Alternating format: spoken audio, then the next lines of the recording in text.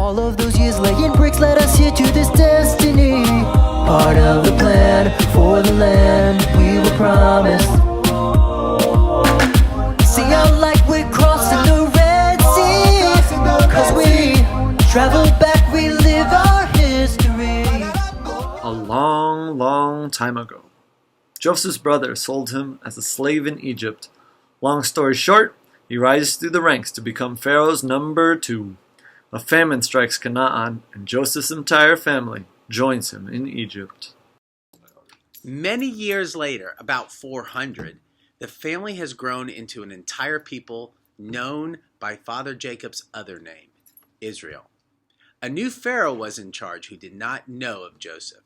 This Pharaoh enslaves the people and, fearing the size of their population, orders that all baby boys be thrown into the Nile.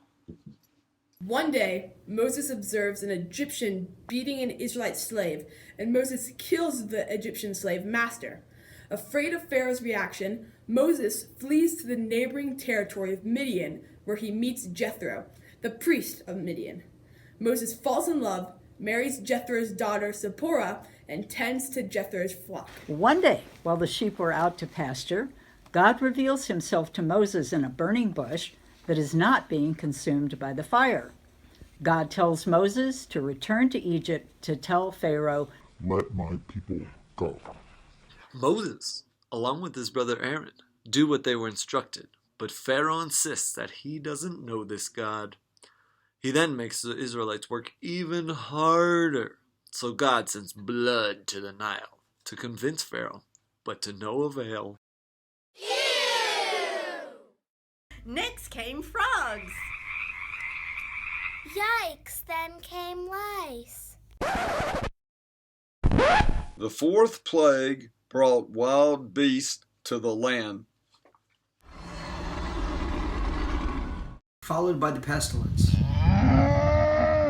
Boy, remember the boils. Locusts then came in swarms.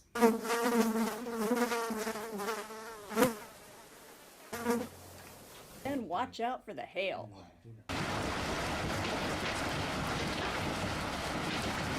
Darkness that was so thick and pervasive that no one could even stand.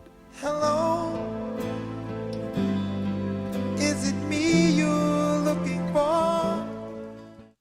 And after each and every plague, Pharaoh refuses to let the Israelites go free until the 10th plague.